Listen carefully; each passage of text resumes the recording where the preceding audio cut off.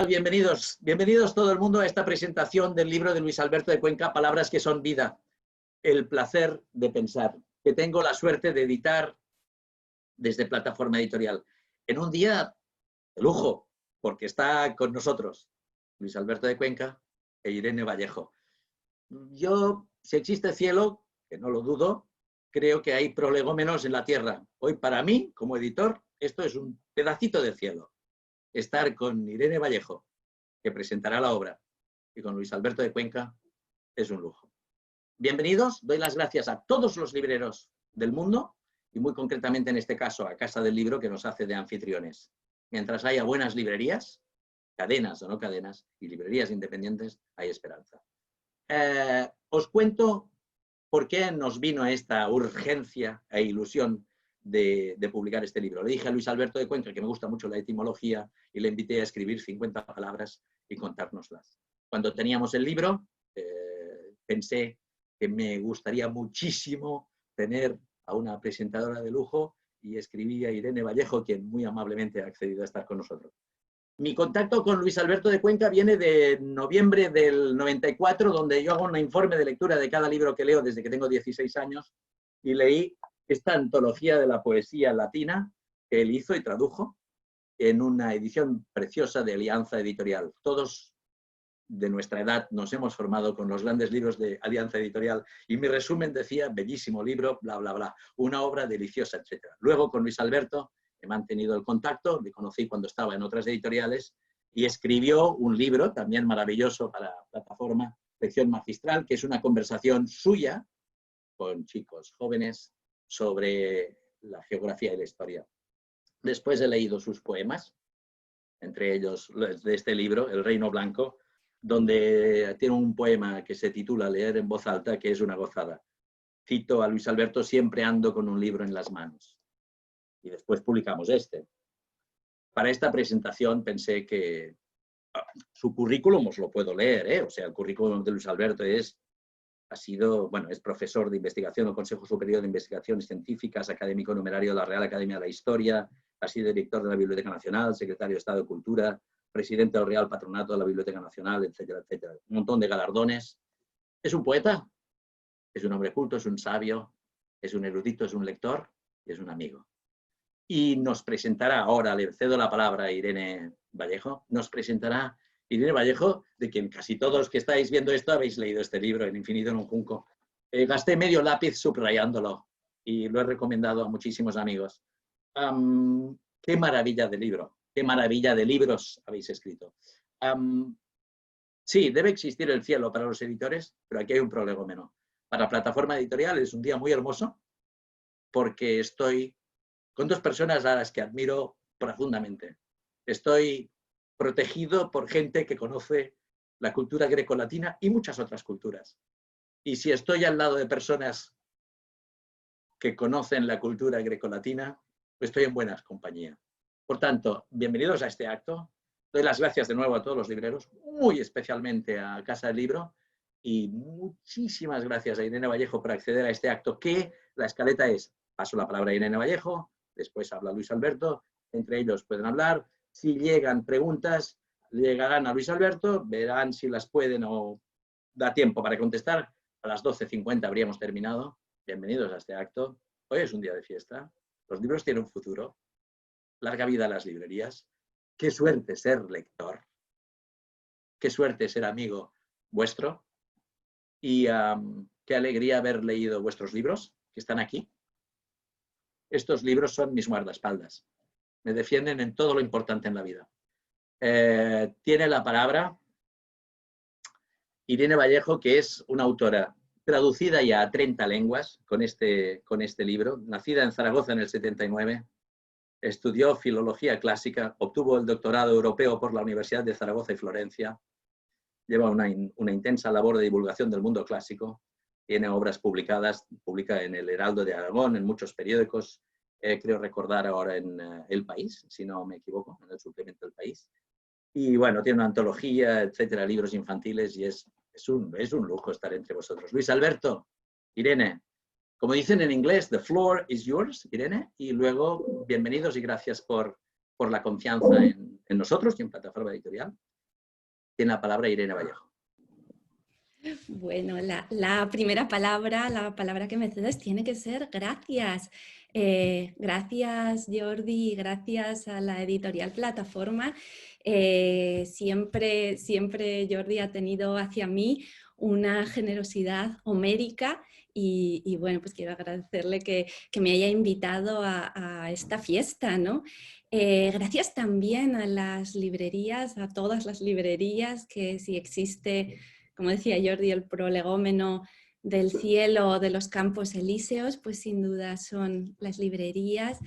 Y gracias sobre todo a Luis Alberto, poeta, sabio y filólogo en su sentido más etimológico, ¿no? Enamorado de las palabras. Y yo creo que este libro del que vamos a hablar ahora mismo, pues es la demostración, esa declaración de amor a las palabras. Y es que, bueno, si Aquiles con los epítetos de la Ilíada era el de los pies ligeros, yo diría que Luis Alberto es el de las palabras aladas, con el permiso de Homero. Bueno, hay una deuda de gratitud personal hacia Luis Alberto por todos los buenos y felices momentos de lectura que me ha regalado y bueno, pues es para mí una inmensa felicidad estar aquí hablando, acompañando el nacimiento de este libro, ¿no? Tiene un título que es contundente, Palabras que son vida, y un subtítulo que resuena, ¿no? El placer de pensar. Yo creo que estamos ante un libro que es un homenaje al lenguaje, y además es un hallazgo profundamente original porque es un autorretrato, diría, en forma de diccionario, ¿no? La originalidad de esta antología de palabras es que tiene un cariz muy autobiográfico, vital, íntimo en cada una de sus páginas. Creo que eso explica muy bien la relación que tenemos con las palabras y con el lenguaje, ¿no? Porque las palabras, el idioma, lo heredamos, nos viene de fuera, nos lo enseñan, lo tenemos que utilizar como los demás si queremos entendernos, ¿no? Pero por otro lado existe una pulsión, un deseo de hacer nuestro el lenguaje, de adaptarlo también a nuestra forma de sentir, a nuestra forma de vivir y entablar esa intimidad con las palabras. Yo creo que son los poetas los que mejor establecen con más intensidad esa relación íntima con las palabras, y por eso no es una casualidad que sea un poeta quien ha escrito este libro, ¿no? Esto es lo maravilloso del lenguaje, que el mismo idioma que utilizamos en la panadería o en las reuniones de la comunidad en nuestras casas nos puede acercar a las estrellas, nos puede contar el sufrimiento ajeno. Las palabras que aparecen en la factura de la compañía eléctrica nos sirven para describir el caos, la luz y las rasgaduras de la vida, ¿no?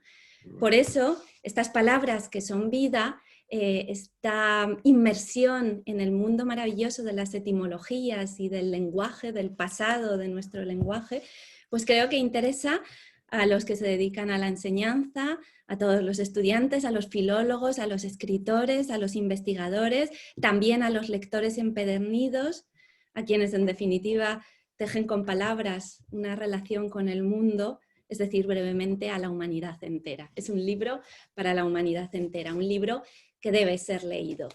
Y bueno, ahora me gustaría ya pasar al diálogo con Luis Alberto. Mi primera pregunta o mi primera inquietud ha sido, como decía, lo innovador que es este diccionario de palabras que incluye tantos momentos proustianos, ¿no? Como magdalenas que están impregnadas en infusión, pues hay momentos, hay palabras que te devuelven, Luis Alberto, a la infancia o a otras épocas de tu vida. Dices, por ejemplo, que la palabra amapola para ti será siempre el recuerdo de esas flores que crecían salvajes en el camino de ronda que conducía al cementerio de San Isidro en Madrid, por donde tu abuela María te conducía, María de la Presentación, cuando tenías 6 o 7 años. Estas 50 palabras que son vida, Luis Alberto, son tu vida, ¿Cuál ha sido el criterio para seleccionar estas 50 palabras? Muchísimas gracias por tu pregunta, Irene. Y quiero también agradecer a Jordi Nadal su maravillosa presentación, el hecho de que se haya ubicado en un lugar en el que estamos protegidos por Tintín, porque veo ahí el famoso cohete de Objetivo a la Luna y a Tintín disfrazado de astronauta, de modo que eso nos va a proteger a lo largo de todo el acto. Y a ti, Irene, que me fascinó tu libro, que me mandó Ofelia, la directora y propietaria de Castal, por favor, de Siruela, y que enseguida pensé que había que hablar de él. O sea que fui, me has dicho tú, y además es un honor para mí que fui el primer reseñista de la obra, y que sea una persona tan admirada por mí, que acaba de sacar un libro memorable en la editorial Siruela, quien me presente este libro de plataforma, pues es algo importantísimo. También quiero decir que este libro no existiría sin Jordi Nadal. Jordi Nadal se empeñó en que yo publicara este libro y eligió para mí esas 50 palabras, excepto 4 o 5 que editó mi mujer, que eligió mi mujer Alicia Mariño. ¿Pero eso qué quiere decir, querida Irene? Quiere decir que hubieran sido otras 50 palabras e igualmente hubieran restituido mi perfil para los lectores que se acerquen al libro. O sea que en el fondo lo de menos es la elección de las palabras. Yo abdiqué totalmente en mi amigo Jordi para que las eligiera. Y entonces siempre, al final, lo que me interesaba era que no las hubiera elegido yo, porque de algún modo en todas las palabras está presente el ser humano y la biografía de uno está presente a lo largo de todo el vocabulario. Hubieran sido otras 50 palabras diferentes y hubieran también reproducido mi perfil al límite del hiperrealismo más atroz, ¿no? De modo que yo creo que es evidente que hay un componente lúdico en este libro. A mí el concepto de ludus, tú lo conoces muy bien porque él es, como yo, clasicista. A mí no me gusta decir ni helenista ni latinista, clasicista. Yo soy más bien helenista, tú me parece que también. Tú también eres más bien helenista, pero somos clasicistas los dos, porque no se puede dividir la cultura griega de la romana y separarla. Pero en cualquier caso, tú sabes muy bien lo que es el ludus y lo que es el capricho también. El capricho es una palabra más bien tomada del italiano en un determinado momento, el capriccio, con C-C-I-O. Y la verdad es que este libro es una especie de apogeo del ludus, del juego y del capricho. Y al final, lo que pueda parecer más superficial, más lúdico, más caprichoso, es lo más auténtico, lo más genuino y lo más profundo. Y por eso me he divertido tanto escribiendo este libro, que lo hice prácticamente en 4 semanas, que las cosas hay que hacerlas siempre con premeditación muy previa, pero al mismo tiempo con rapidez, ¿no? Yo me acuerdo que en mis 100 mejores poesías de la lengua castellana es un libro que hice en menos de un mes. Eso no va con tu laberinto, tu infinito en un junco, porque esos ya son palabras mayores. Pero en cualquier caso, este tipo de libros hay que hacerlo rápido y de una manera muy auténtica, muy personal y muy espontánea, ¿no?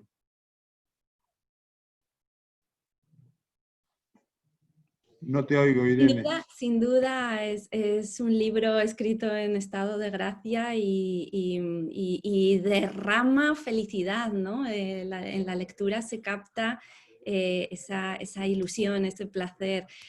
A mí me ha gustado que reivindiques las etimologías, yo creo que son absolutamente fascinantes y además conocerlas nos protege del uso mecánico meramente instrumental del lenguaje, ¿no? Porque al final lo que nos revela esa historia, ese pasado, esas raíces de las palabras, pues es que dentro de ellas hay fragmentos del pasado. Las palabras contienen metáforas, incluso contienen historias muchas veces, ¿no?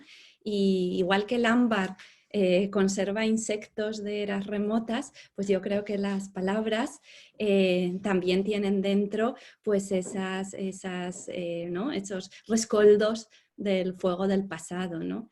Y bueno, yo creo que es un placer esto de trepar por los árboles genealógicos de las palabras y llegar a las raíces, ¿no? Y es triste que quizás las etimologías no tienen en la educación o en nuestra vida cotidiana el lugar que merecerían, ¿no? Porque son las historias apasionantes de nuestro lenguaje. Este libro también es una reivindicación, supongo, Luis Alberto, de la etimología, ¿no?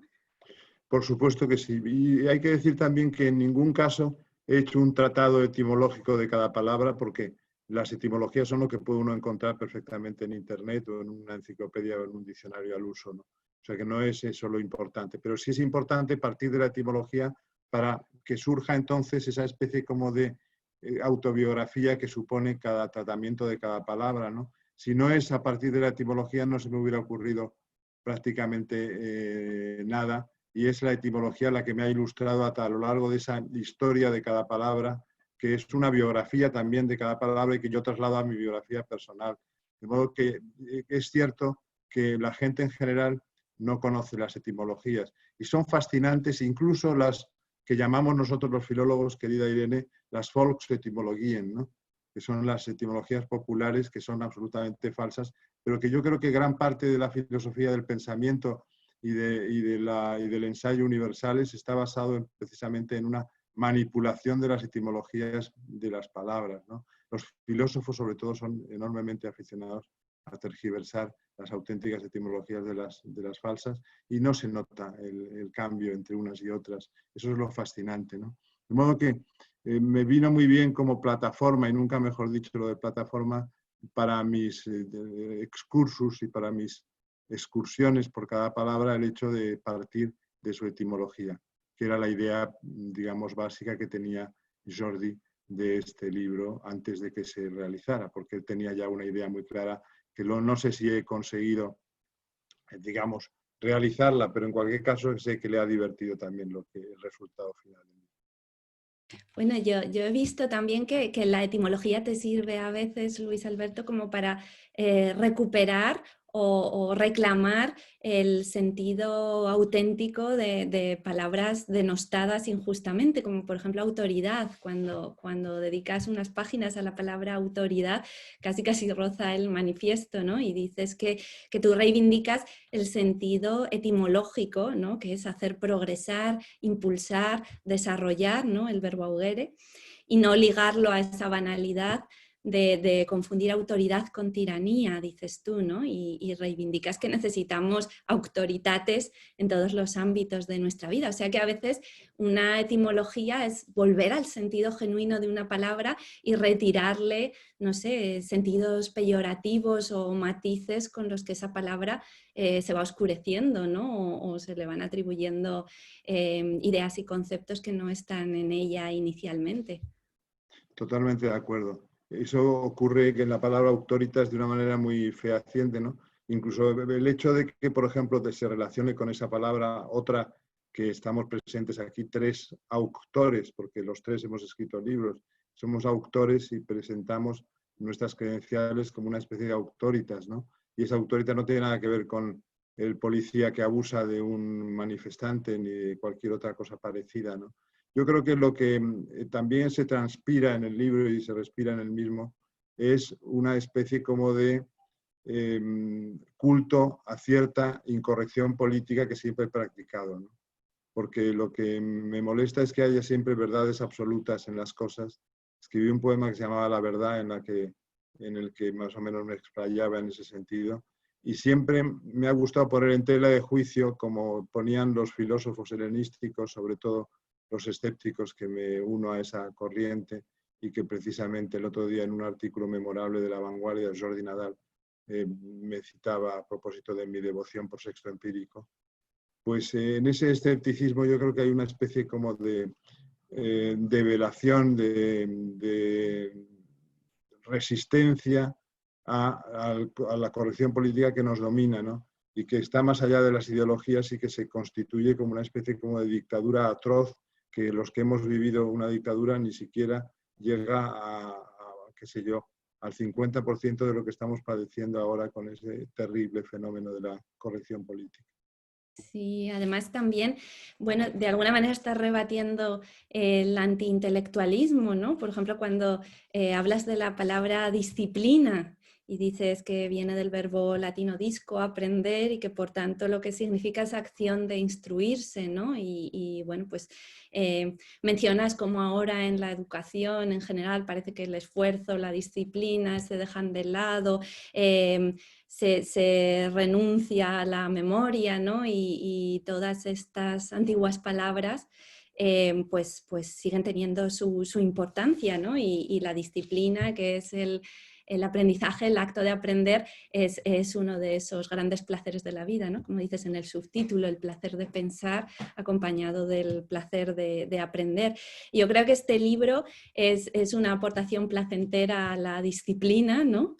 Y por caótica que sea la lectura, siempre se aprende mucho en sus páginas. Se empiece por una o por otra, se lea por su orden o se lea por cualquier orden aleatorio. En todo caso, se aprende y se goza al mismo tiempo. Como tú dices, el latín es sabio y esta palabra disciplina como autoridad, pues significan cosas bellas, aunque a veces queramos olvidarlo, ¿no? Absolutamente de acuerdo, sí. Yo creo que tiene una lectura anárquica, pero al mismo tiempo esa anarquía luego se constituye en elementos como muy ligados unos con otros y acaba apareciendo ante el lector una obra, como te diría yo, muy más ortodoxa de lo que pudiera parecer en el sentido de la organización interna, de la economía interna del mismo libro, ¿no? Eso yo creo que es la magia que pueda tener un tipo de libro como este, surgido de palabras que uno no ha elegido, que el escritor que las ha desarrollado no ha elegido, que luego al final no parece todo tan gratuito, sino que parece todo como perfectamente organizado. Y es que del caos a veces surge siempre también el orden, ¿no? De hecho, la historia del hombre sobre la tierra es la historia del caos a partir de un determinado momento en el que la evolución, como dicen muy bien nuestros amigos de Atapuerca, pues es totalmente caótica, ¿no? Es caprichosa. También la literatura lo es. Y también la literatura, desde esa visión, diríamos, del capricho, nos ofrece también un bálsamo para seguir viviendo y para aguantar la existencia, que no es poco en esta vida. A mí me gusta mucho, Luis Alberto, cómo dialogas con los clásicos en este libro, un poco en la estela de Montaigne, ¿no? Y a veces estás de acuerdo con ellos, pero a veces discrepas. Dices, en alguna parte he corregido a Safo por defender el encanto de lo subjetivo ante el glamour de lo objetivo. Hoy, glosando el término pasión, pongo el deseo por delante de la belleza objetiva. Estás dialogando con Safo, cambiando de opinión incluso. Me parece que esa conversación con los clásicos, con los autores del pasado es absolutamente imprescindible, ensancha nuestras vidas y como escribió Quevedo, pues hay que escuchar, ¿no? Qué falta hace escuchar con los ojos a los muertos, que músicos callados contrapuntos al sueño de la vida hablan despiertos, ¿no? Qué maravilla ese diálogo y qué necesario y cómo hay que rescatarlo hoy de ese olvido impuesto, ¿no? En la educación. Pero además un olvido, querida Irene, que la verdad es que se va a hacer pandémico también, porque últimamente nuestro amigo Arturo Pérez Reverte, que antes evocábamos, que ha ganado, por cierto, el premio Cavia recientemente, pues también clamaba contra el abandono en que están los estudios grecolatinos en España, y el abandono en que van a estar mucho mayor todavía a partir de las nuevas, digamos, reglamentaciones en materia pedagógica, ¿no? Eso quiere decir que ese diálogo va a fenecer y que vamos a ser los últimos de Filipinas. A mí lo que me gusta es que tú seas tan joven, porque por lo menos habrá gente como tú, que todavía estáis en una edad muy temprana, que tengáis ese estandarte, ¿no? Pero vais a ser muy pocos, ya veréis. Como sigue la cosa así, vais a poder contaros con los dedos de la mano. Nosotros podemos contarnos con los dedos de la mano y los de los pies, pero vosotros ya, yo no sé si llegaréis a los de la mano. Es terrible lo que se está gestando desde la pedagogía contemporánea, que quiere anular algo que es fundamental para la formación del ser humano, que es el contacto con las humanidades en general, pero las humanidades son evidentemente el conocimiento profundo de las dos lenguas y de las dos culturas, que no vale con eso de la asignatura de cultura clásica, no, tenemos que conocer los entresijos de la lengua para enterarnos de quiénes somos y de dónde venimos, ¿no? Y eso se está perdiendo rotundamente. Y da igual la ideología de quienes hagan las leyes de educación, porque siempre meten la pata y no defienden como es debido el latín y el griego. De modo que ese diálogo con Safo, que se remonta a un poema en el que sí que, digamos, me enfadaba con ella por haber defendido un Hímeros frente a un ejército en formación, Y en cambio, cuando escribí el texto relacionado con la palabra pasión en el libro de Plataforma, pues cambié de opinión, porque yo creo que estamos continuamente cambiando de opinión y eso es también la mecánica del capricho, y le hice caso a Safo. O en otro momento volveré a dialogar con ella negando la mayor, y en otro momento pues la seguiré como fiel súbdito. En el fondo Safo es alguien tan importante como que se inventó la idea del amor. No sé si tú estarás de acuerdo con eso. O sea, si el amor existe es porque Safo existió, y porque los líricos griegos, Safo, Alceo, Anacreonte, desarrollaron una teoría del amor que no está en nuestros genes, que no está en nuestra vida auténtica, sino que es una especie de transposición cultural que nace en la antigua Grecia. Hay un libro muy bonito que te recomiendo, que ganó un accesi del premio Hiperión de poesía, que se llama La camarera del cine Doré y otros poemas, de Carlos Martínez Aguirre, donde hay un poema que se llama El amor o algo así, no recuerdo el título, y dice que antes de Safo nadie estuvo enamorado de verdad. Y es cierto, porque, por ejemplo, los poemas de amor mesopotámicos o egipcios, que son maravillosos, son siempre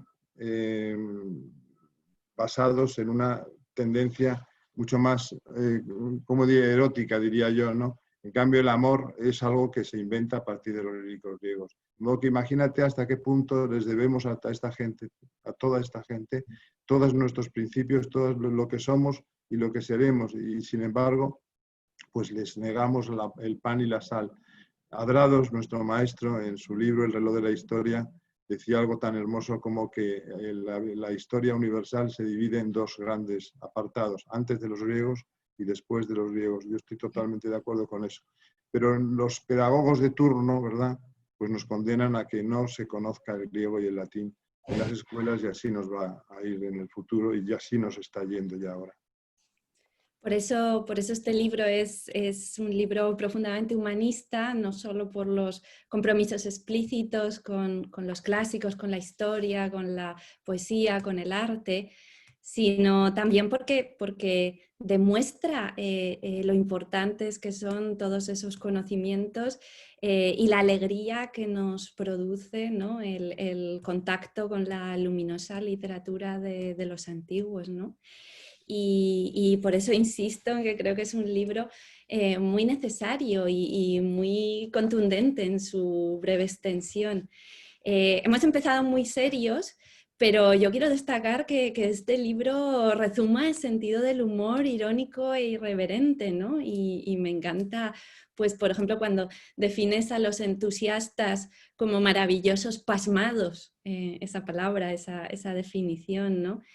Y cuando, por ejemplo, acabas un texto filosófico con una frase de Te veo, ¿no?, diciendo voto a bríos, hay una ligereza, una alegría, una pasión en este libro que me parece absolutamente maravillosa y que además es, bueno, un sello característico de tu literatura, de tu poesía. Y bueno, antes nombrabas a Anacreonte, ese maravilloso hedonismo de tus versos, ¿no?, que parece que siempre nos está invitando, lanzándonos la pelota púrpura de Eros, ¿no?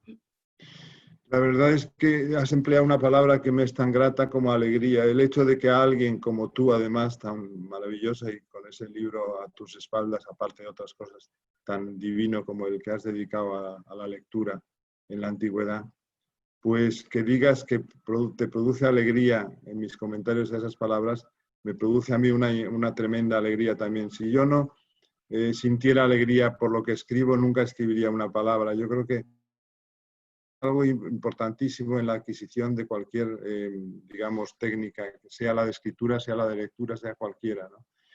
Y creo que en las aulas se pierde mucho el sentido del placer, el sentido de la alegría, ¿no? Habría que inocular a nuestros profesores y a nuestras profesoras una especie como de inyección, digamos, de que les animara a comunicar alegría a sus alumnos y a sus alumnas, porque realmente es fundamental el que no olvidemos que la literatura es siempre algo placentero, que está ahí para ayudarnos en el camino de nuestra existencia diaria y no para fastidiarnos, diríamos, directamente con la lectura de unos textos que son más bien aburridos o no aburridos. Yo me he pasado la vida, y tú lo sabes perfectamente porque acabas de decirlo de algún modo, defendiendo que solo hay una cultura, no hay una alta cultura y una cultura popular, sino que hay una sola cultura y que hay buenos y malos libros, no libros importantes desde el punto de vista de la gran literatura y libros populares nauseabundos, ¿no?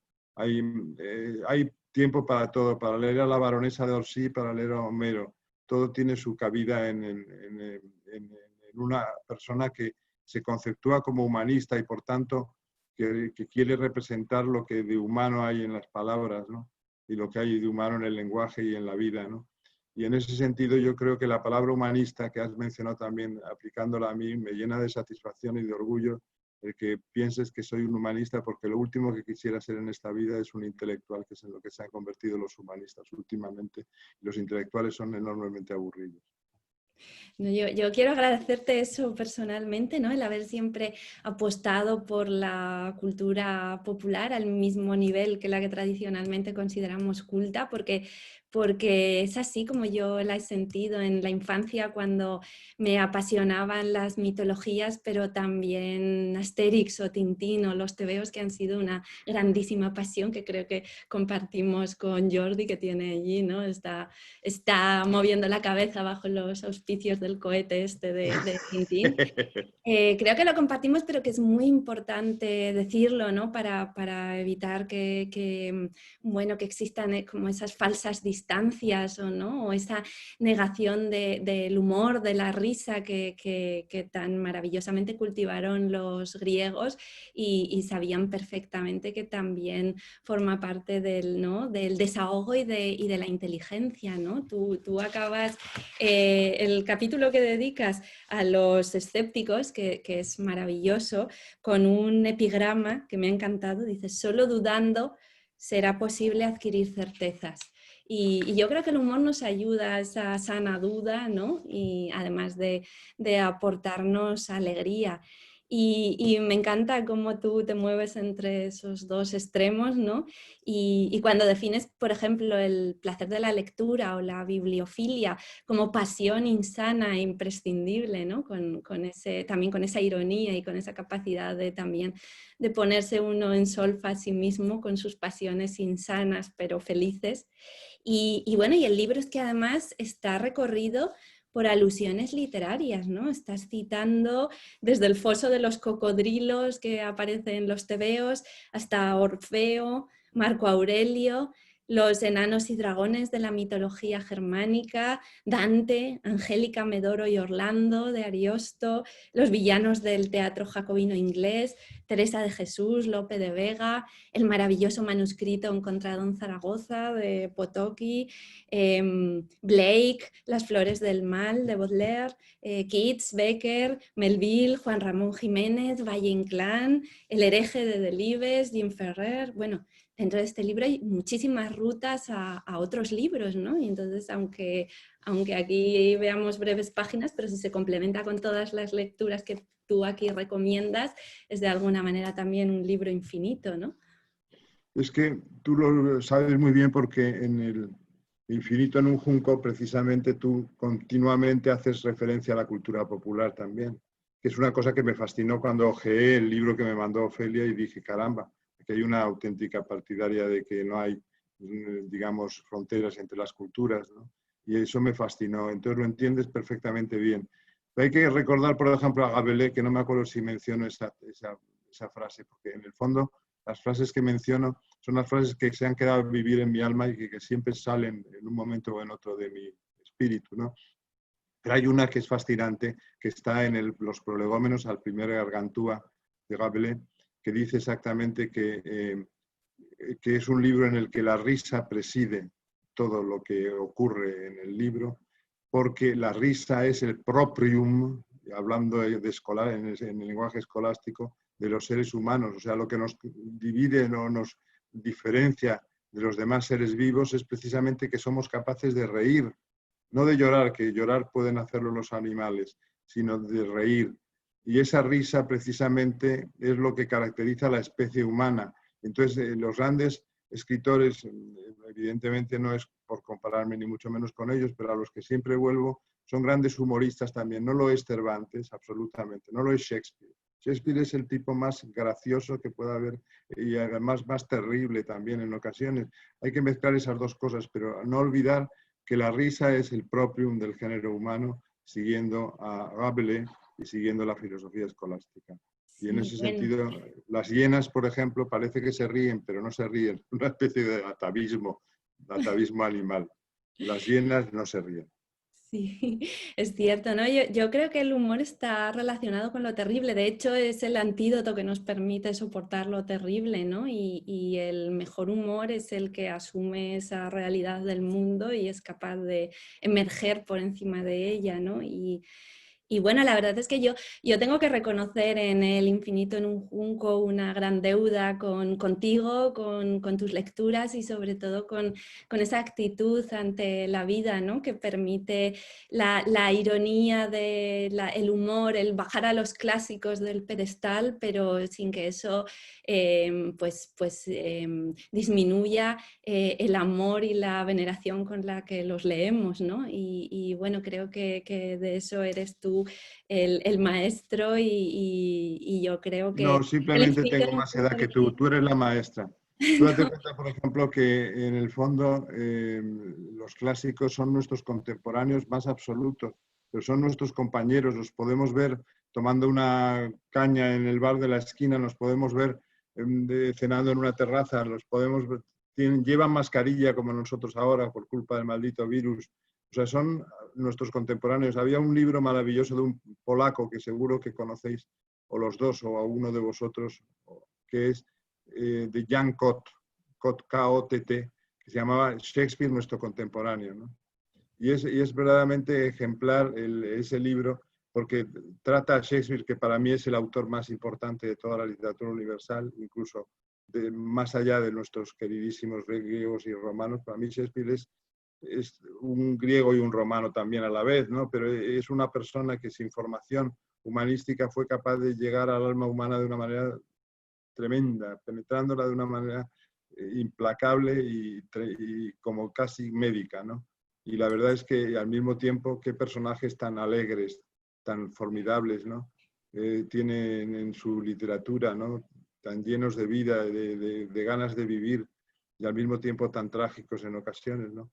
En ese sentido, creo que el diálogo con los clásicos es siempre tratarlos como si fueran nuestros amigos, nuestros compañeros de autobús, de transporte público, de vacaciones. Son amigos nuestros contemporáneos en una palabra.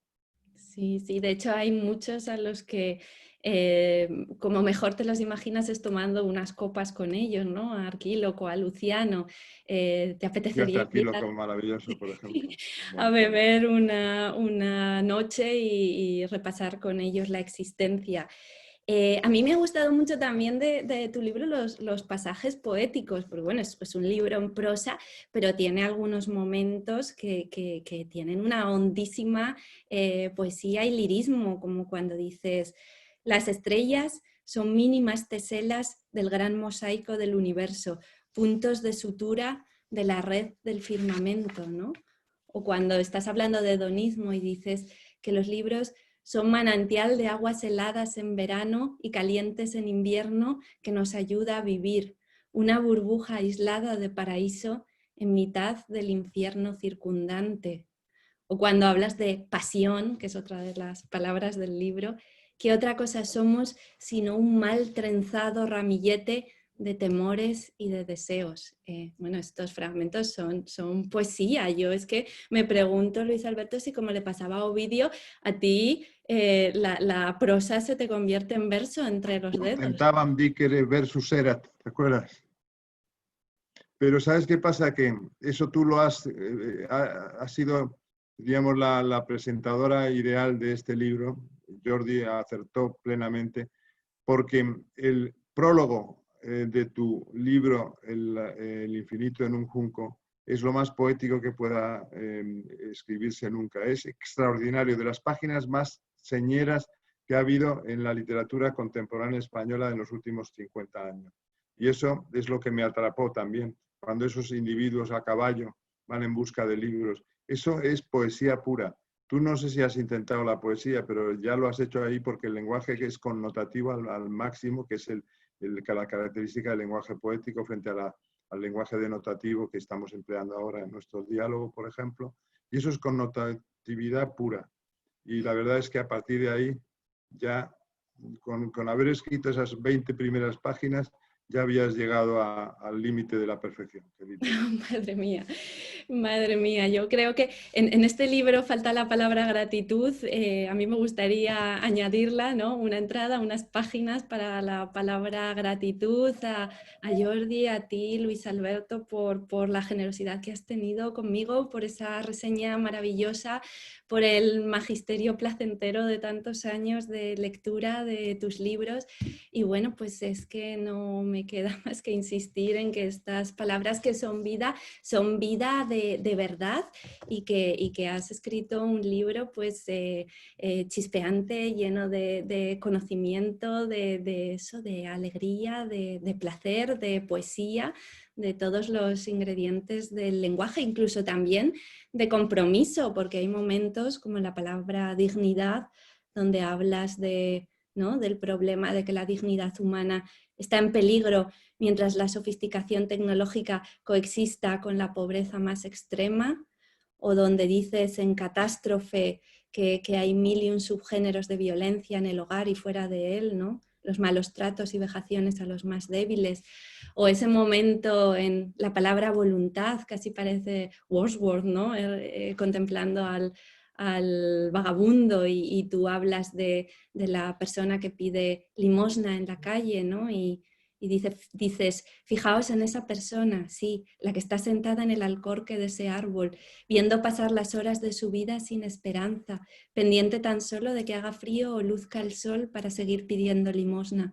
Compartamos con ese ser humano el breve instante de solidaridad que supone el reconocimiento de que somos también, de alguna forma, esa persona hundida en el vacío. Es absolutamente maravilloso. Bueno, creo que no hacen falta más. También hay compromiso, porque también el ser humano, yo creo que si aspira a esa especie como de humanidad que se relaciona con los humanitates que hablábamos antes, pues tiene que evidentemente sentir la solidaridad con el prójimo, ¿no? Y con quien está al lado. Yo creo que es una mezcla de todo, que lo que, como digo en la contracubierta, en el texto de contracubierta que toma nota de la nota del autor inicial, pues que al final, como todo lo que escribe uno, mi comentario ha terminado dibujando con precisión hiperrealista los rasgos de mi propia cara, la síntesis de lo que soy y sobre todo de lo que parezco. Bueno, pues eso es una especie como de texto autobiográfico. Yo no soy amigo de escribir autobiografías ni memorias, pero en el fondo lo voy dejando parcelas, teselas de esa memoria en todo lo que escribo, ¿no? Incluso en las reseñas que aparecen en los periódicos también está también mi memoria y también está mi propia biografía implicada en ello. Soy incapaz de mantener una distancia con los textos que comento, con los textos en los que me sumerjo, ¿no? He sido muy feliz en esta presentación y creo que quedan unos minutos que podíamos dedicar a ver si hay alguna pregunta. ¿Os parece? Sí, Luis Alberto, nos han llegado preguntas, nos han llegado saludos desde Heidelberg. Berta, desde Heidelberg, una profesora habla de la alegría de enseñar. Hay 3 preguntas que llegan por un canal, otras por otro. Hay una pregunta muy interesante. Dice Julio Labrador, ¿a quién beneficia el desprecio absoluto por las humanidades? Y añade, ¿nos salvan los libros de la vida más rutinaria y aburrida? Y luego, la tercera y última que nos llega por el canal directo de preguntas y respuestas, ¿por qué no encuentra su hueco en una cadena televisiva una conversación tan interesante, atractiva, sugerente y enriquecedora como esta? ¿Por qué no se potencia en televisión a quienes tenéis tanto que decir? Bueno, yo lo único que digo en toda presentación es que podríamos ser más o menos, pero no mejores. Y las preguntas que nos han hecho, te las lanzo, Luis Alberto, justo antes de concluir, contestas, luego cierro. Pero fíjate estas 3 preguntas. ¿A quién beneficia este desprecio absoluto por las humanidades? Ese es el famoso qui prodest, ¿verdad, Irene? El qui prodest latino. Pues no beneficia absolutamente a nadie, yo no sé, a la ignorancia, al salvajismo de la sociedad actual. No sé a quién beneficia a nadie, evidentemente, pero es que las preguntas que ha formulado este señor que acabas de leer, las preguntas tienen sus respuestas en la misma pregunta, ¿no? Él sabe lo que le vamos a contestar en cada momento. En la primera es evidente que a nadie. Las demás preguntas también tenían en su formulación su respuesta. Ahora no recuerdo ahora mismo cuáles eran, pero me parecían evidentes. ¿Puedes repetir? Sí, nos salvan los libros de la vida más rutinaria y aburrida. Y luego, ¿por qué no sale esto? Sí, claro, nos salvan. Pues están para salvarnos. Evidentemente son un elemento soteriológico los libros, de los pocos que existen, ¿no? Entonces, el estar de espaldas a los libros es por hacer oposiciones a un sufrimiento mucho mayor que el colaborar con ellos y tenerlos como tenéis vosotros ahora, estáis delante de vuestra biblioteca. Yo, en cambio, estoy delante de una ventana, pero también tengo biblioteca. Bueno, si os parece, decíamos terminar a las 12:50. Insisto, Irene, Luis Alberto, qué placer leeros. Qué suerte tienen los lectores que os pueden leer. Qué suerte tienen los lectores que pueden leer buenos libros. La vida es complicada y todos nos sentimos ahora un poco como Néstor de Tintín. Le acaba de pasar un gato entre las piernas. Está intentando evitar que le caigan las botellas de la bandeja. Vivir es esto. Y los libros ayudan a conservar el equilibrio en la bandeja con las botellas. Gracias, Irene, por tu maravillosísima presentación e interlocución con Luis Alberto. Gracias, Luis Alberto, por formar parte de mi vida desde esa antología de la poesía latina desde el año 94, 26 años de amistad. Por muchos años más. Gracias a las personas que nos siguen. Esto está grabado y desde nuestra página web se tendrá acceso a ello. Y gracias a Casa del Libro por hospedarnos también.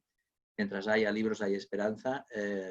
Si os parece, si no hay ninguna palabra más, Irene. Yo lo que quiero deciros es que he sido muy feliz, que el concepto de alegría y de placer es algo que debe ser connatural al concepto de cultura, sea esta popular o sea esta culta, y que hemos sido muy placenteros y muy alegres en nuestra conversación, y eso es algo que queremos que se transmita a todo el mundo, porque una librería, por ejemplo, que ahora estamos en un momento malo con el tema del virus, que ha habido cierres importantes, que una librería es un espacio de libertad, que la libertad es lo más grande que puede haber en este mundo, ¿no? Como dijo aquel poema de Paul Eluard maravilloso, en el que yo te he nombrado libertad, ¿os acordáis? Sí. Es una maravilla. En fin, en cualquier caso, que gracias, Irene, no se me olvidará nunca este gesto que has tenido conmigo. Gracias a Jordi por hacerlo posible todo, porque sin él no hubiera habido el libro en ningún caso y no hubiera habido Irene en ningún caso también. Con Irene hubiéramos coincidido, pero en otras circunstancias, porque evidentemente estamos condenados a coincidir en algún sitio, en algún momento, si es que se normaliza todo como esperamos. De modo que gracias. Yo espero que se haga real pronto esa feliz condena de encontrarnos, y bueno, querría acabar con unas palabras de gratitud a Luis Alberto, que con sus poemas, con sus libros desde hace tantos años nos viene enseñando que la conversación placentera, la ironía, la travesura y lo efímero es lo que acaban siendo eternos. Así que muchas gracias, maestro. Gracias, queridísima. Hasta pronto. Gracias a todos. Adiós. Gracias. Abrazos, Hasta chao. pronto. Chao.